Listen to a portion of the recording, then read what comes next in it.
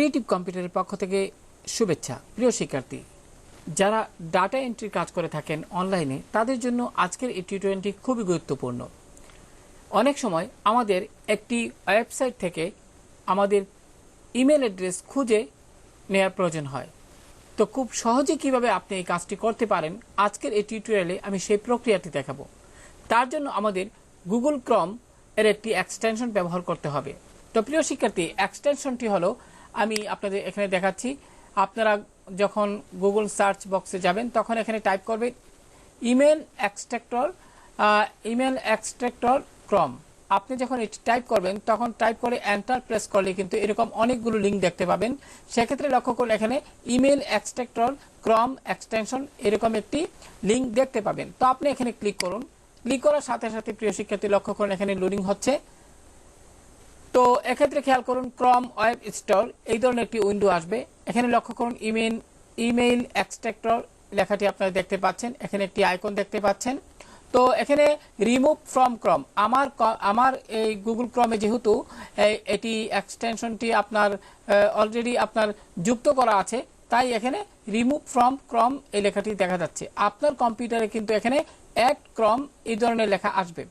যাই হোক প্রিয় শিক্ষার্থী, আমার পূর্বের টিউটোরিয়ালগুলো যদি এক্সটেনশন নিয়ে অর্থাৎ গুগল ক্রোম এক্সটেনশন নিয়ে তৈরি করা আমার পূর্বের যে ভিডিওগুলো রয়েছে চ্যানেলে, সেগুলো যদি আপনি দেখেন তাহলে সহজেই বুঝতে পারবেন যে কিভাবে এক্সটেনশন ক্রোম ব্রাউজারে যুক্ত করতে হয়। যাই হোক প্রিয় শিক্ষার্থী, আপনারা যখন এখানে অ্যাড টু ক্রোম এই লেখাটিতে ক্লিক করবেন তখন এটি যুক্ত হয়ে যাবে এবং আপনারা সেক্ষেত্রে লক্ষ্য করুন এই যে এখানে একটি আইকন দেখতে পাচ্ছেন। আপনি যদি এখানে ক্লিক করেন, ক্লিক করার সাথে সাথে লক্ষ্য করুন এখানে ইমেল এক্সট্রাক্টর এই যে এটি এরকম দেখতে পাবেন। সেক্ষেত্রে আপনি এর যে পিন আইকনটি দেখতে পাচ্ছেন এখানে ক্লিক করুন, ফলে সহজে এটি এখানে চলে যাবে। তো প্রিয় শিক্ষার্থী, যে বিষয়টি আমি বলতে চাচ্ছি সেটি হলো কোনো ওয়েবসাইট থেকে কিভাবে আপনারা খুব সহজেই কোনো মেইল সংগ্রহ করবেন। তো আমি এখানে জনতা ব্যাংক লিমিটেড এরকম একটি ওয়েবসাইটে বর্তমানে রয়েছি। তো সেক্ষেত্রে আমি এখানে কন্ট্রা কাজ লেখাটিতে ক্লিক করলাম। ক্লিক করার সাথে সাথে প্রিয় শিক্ষার্থী এখানে লক্ষ্য করুন একটি সাব মেনু আসছে। সেক্ষেত্রে কন্ট্রাক্ট ইনফরমেশন আমি এখানে ক্লিক করলাম। ক্লিক করার সাথে সাথে লক্ষ্য করুন এখানে কন্ট্রা কাজ এরকম একটি উইন্ডো চলে আসলো। সেক্ষেত্রে প্রিয় শিক্ষার্থী খেয়াল করুন এখানে কিন্তু আমার এই যে এখানে 1 দেখা যাচ্ছে, তার মানে এখানে কিন্তু একটি ইমেল অর্থাৎ এই যে পুরা একটা পেজ, সেখান থেকে কিন্তু একটা ইমেল অ্যাড্রেস সে খুঁজে পেয়েছে, যার দরুন এখানে আপনার ইমেল এক্সট্রাক্টর যে আইকনটি রয়েছে এর পাশে কিন্তু 1 লেখাটি দেখতে পাচ্ছেন। তো প্রিয় শিক্ষার্থী লক্ষ্য করুন এটি ঠিক আছে কিনা সেটি আপনি কিভাবে বুঝবেন। লক্ষ্য করুন এখানে কিন্তু একটি ইমেল, লক্ষ্য করুন এখানে যে একটি ছক তৈরি করা আছে সেখানে একটি ইমেল অ্যাড্রেস দেখা যাচ্ছে। তো আমি যদি এখানে এই যে আইকনটিতে এখানে ক্লিক করি, 1 লেখাটিতে ক্লিক করার সাথে সাথে খেয়াল করুন প্রিয় শিক্ষার্থী একটি বিষয় বলা প্রয়োজন। লক্ষ্য করুন এখানে কিন্তু এটি ক্লিক করার সাথে সাথে কিন্তু এটি কিন্তু চলে গেছে। আপনার কম্পিউটার যদি এরকম হয় তাহলে পুনরায় একটু কষ্ট করে আপনি ডট আইকনে ক্লিক করুন এবং এখান থেকে মোর টুলস এবং এক্সটেনশন এখানে ক্লিক করুন। ক্লিক করার পর প্রিয় শিক্ষার্থী লক্ষ্য করুন আমার এখানে আপনার একটু যদি খেয়াল করি ভালোভাবে, লক্ষ্য করুন ইমেল এক্সট্রাক্টর। তো লক্ষ্য করুন এখানে কিন্তু রিপেয়ার চাইতেছে। তো আমি এখানে রিপেয়ারে ক্লিক করলাম। তো রিপেয়ারে ক্লিক করার পর প্রিয় শিক্ষার্থী খেয়াল করুন এখানে রিপেয়ার এক্সটেনশন এখানে ক্লিক করুন। ক্লিক করার সাথে সাথে কিন্তু এটি রিপেয়ার হবে।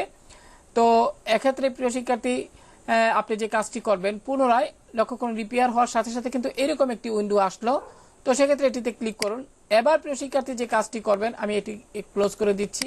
এবার পুনরায় আপনি ডট আইকনে প্রিয় শিক্ষার্থী ডট আইকনে নয়, এখানে লক্ষ্য করুন এই যে একটি আইকন দেখতে পাচ্ছেন এক্সটেনশন, এই আইকনে ক্লিক করলে আপনি এখানে ইমেল এক্সট্রাক্টর লেখাটি দেখতে পাবেন। সেক্ষেত্রে পিনে ক্লিক করে পুনরায় এখানে এটি চলে আসবে। যাই হোক প্রিয় শিক্ষার্থী লক্ষ্য করুন এখানে এটি চলে আসলো আইকনটি। তো আমি এই যে মেইল অর্থাৎ ওয়েবসাইটের যে পেজটি রয়েছে আমি যদি এখানে একটু রিফ্রেশ দেই তাহলে কিন্তু সহজে আপনারা বুঝতে পারবেন। লক্ষ্য করুন প্রিয় শিক্ষার্থী আমি এখানে ওয়েব পেজটি রিফ্রেশ দেওয়ার ফলে কিন্তু এই যে একটি ছক সেখানে কিন্তু একটি মেইল অ্যাড্রেস দেখাচ্ছে।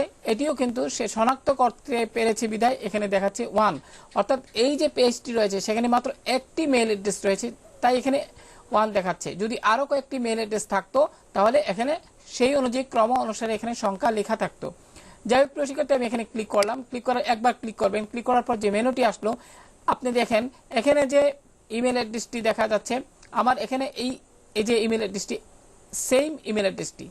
এখানে দেখা যাচ্ছে। আশা করি বিষয়টি বুঝতে পেরেছেন। এভাবে কিন্তু খুব অল্প সময়ের মধ্যে আপনি খুব সহজে কিন্তু এই গুগল ক্রমের এই এক্সটেনশনটি অর্থাৎ এই ইমেল এক্সট্রাক্টর এই এক্সটেনশনটি ব্যবহার করে সহজে যে কোনো পেজ থেকে আপনারা মেল অ্যাড্রেস বের করতে পারবেন। তো আমি এখানে যদি কপি সিলেক্ট করি এবং এখানে কপি করে আমি আমার ডাটাবেজে সেটা সংরক্ষণ করে রাখতে পারি।